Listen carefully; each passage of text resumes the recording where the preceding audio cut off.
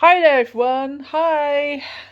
So today's video is all about autism, so if you're not really into that kind of part of my channel and that, please feel free to not watch it and to go to one of my other videos where I talk about say diets and stuff like that. There will be another update very soon on say diet and how I'm getting on. But for this video, we are going to be talking about autism, communication, and behavior. And I put things two together because I personally think, okay, that the two kind of they go together in a good way and also so a positive way and a negative way, okay? So we're going to be talking about that today. So if you are a parent and you have a child with autism, okay, what do you find challenging? Comment below. I will be asking you questions because that's what I do in kind of theme videos as well. So what are your challenges with your child, especially around communication? Is it to do with their behavior? Do we know why they are behaving in that way? In what way does it challenge you? And have you, resolved anything? Have you figured it out? He's doing or she's doing that behavior because of this.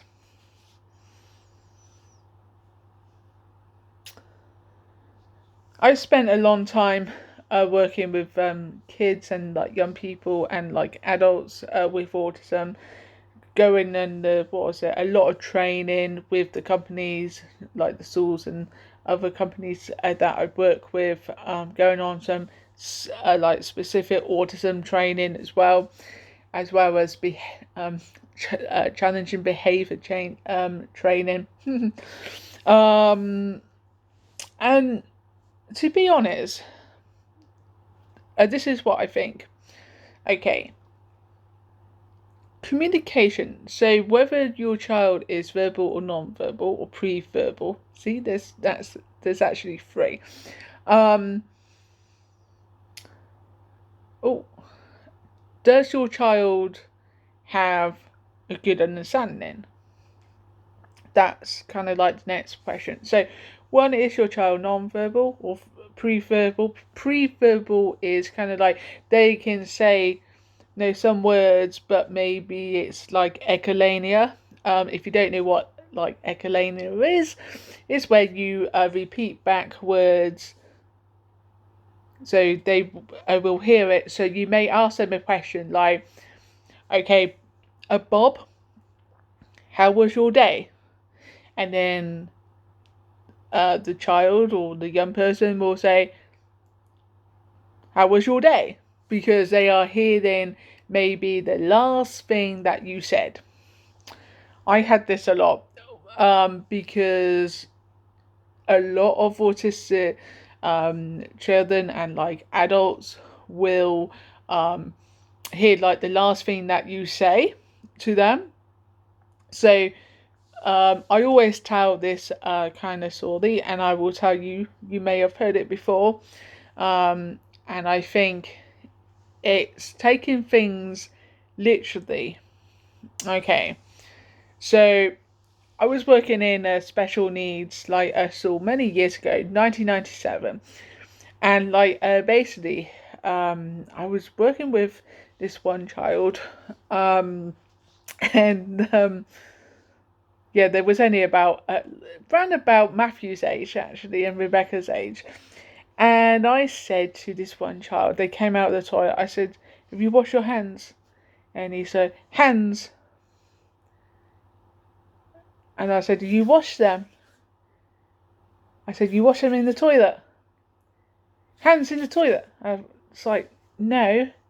If you wash your hands, no, in the sink. And of course I was only 17. So I said, no, go and wash your hands in the toilet. So he went to the toilet, and yes, he washed his hands in the toilet. So that was a big, big lesson for me. And I had very, very little knowledge of like autism back in 1997. Okay, so yeah, it's definitely interesting, and it's like, what was it like? I've been with friends who have what was called like Asperger's. So now it's just called high functioning autism and that. And yeah, you kind of have to be very specific, and things like what we might say like, oh, it's raining cats and dogs outside. No, they would look and it's like, it's raining.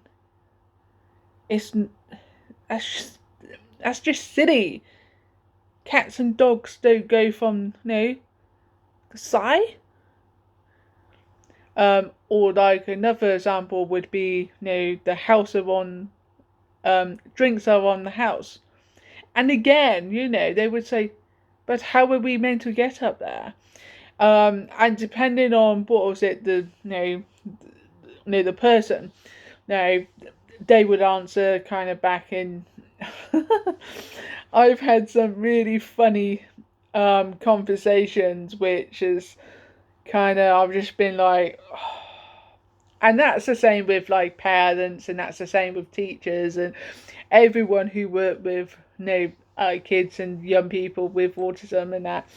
Um, so yeah, but how can we learn? Like, I think we can learn by, listening to like other parents and that, listening to professionals, but also, okay, like if your child or young person can speak, is listen to them as well.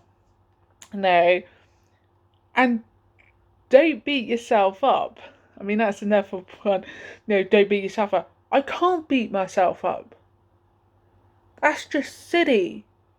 They take things so literally. Like, you might come in and it's like, you might say something, and or they tell you exactly how that they think of you. So, I got, because I have PCOS, sometimes I have hairs on my chin. And it's like, why you got a massage? What was it? Are you a man? No, but women have hairs on their chin. It's just that mine come through very, very much. Oh, and then they go off and it's like, have you got hairs on your chin? And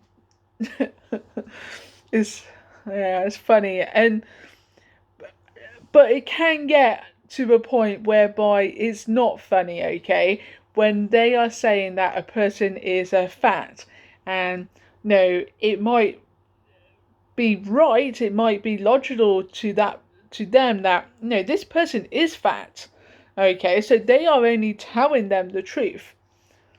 But what happens is that that person who is receiving on the other end, and I've had this in the college I used to work for, and this person's like, you are fat. And I was like, yes, I know. I said, and you, I'm slim. Yes, you are. Now, are we going to get on with the lesson now? And we would get on with the lesson. But it's like, why? It's like, if they goes into like, why are you fat? And no, it can be very, very difficult sometimes for a person, if you haven't like met a person who is like that, who are very like honest and to your face, yeah, they are not ashamed to tell you that you are fat. You just have to think in a reasonable way. And it's really hard to explain why it is rude to know you, really. So I think in that situation, I always kind of like agree with that person, but I will say to that person, no, you can't say that to other people because it's classed as rude, even though it may or it is true, yeah, of what you are seeing, yeah, they will take it as being rude. And then you get into the conversation as why it's rude, and it's up to the individual if you want to go down that route of explaining about emotions and stuff like that. But I did avoid that when I was working in the college because we had a job to do. We had, to get on with like the lessons and stuff like that. No, but it is very true that autistic people can be very, very direct. So being direct is one that can cause problems, can cause their behavior to be challenging to you, okay, and other people, and that can, they can find it really hard to get like a job, to, be in, say, college, to, just have that kind of, the social meaning. And that, so if they go to a party and they're just very, very honest with people, or it could well be, another situation, and that they can, it can land them in trouble. So yeah, so being direct and honest can be a challenge because they will speak the truth, or they think it's the truth, and they have no idea about the social rules. Okay. So I think that that's one, and that's verbal. So we're going to talk about pre-verbal and non-verbal in kind of like the next session, okay, which I will make now and upload. But let me know in the comments, like, have you kind of like experienced that, or if you are a person who has autism, how does it like I say feel as well, like, because if you are telling that person the truth and then someone says, well, that hurts me, or no, that's wrong, how do you kind of feel inside? And we haven't even talked about emotions or nothing as well. We've just been talking about kids and young people and like adults who can be very, very direct to you, and tell you exactly how they feel. And I think that can be challenging sometimes. We haven't spoken about, um, again, when we talk to, so non-autistics, talk to a person with autism,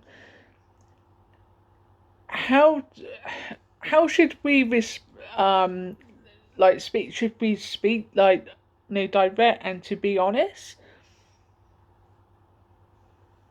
I think it depends on the situation and where the person is, on their development level and that, and yeah, because they could understand what you are saying, but it depends on the level of understanding and that. I think as children get into teenagers and then like adults, we can expect that they will understand more when they are like say like adults and that, through there's lots of complications and stuff, you know, there as well. But I do think that we need to be direct. I do think we need to be like, say, like honest. And we also need to keep our language simple. I don't mean that in a way to, you know, disrespect people on the higher function of autism, but I do think that when we speak in that, you know, simple and like direct kind of tone, what we are saying to that person, there's no other like no confusion and that.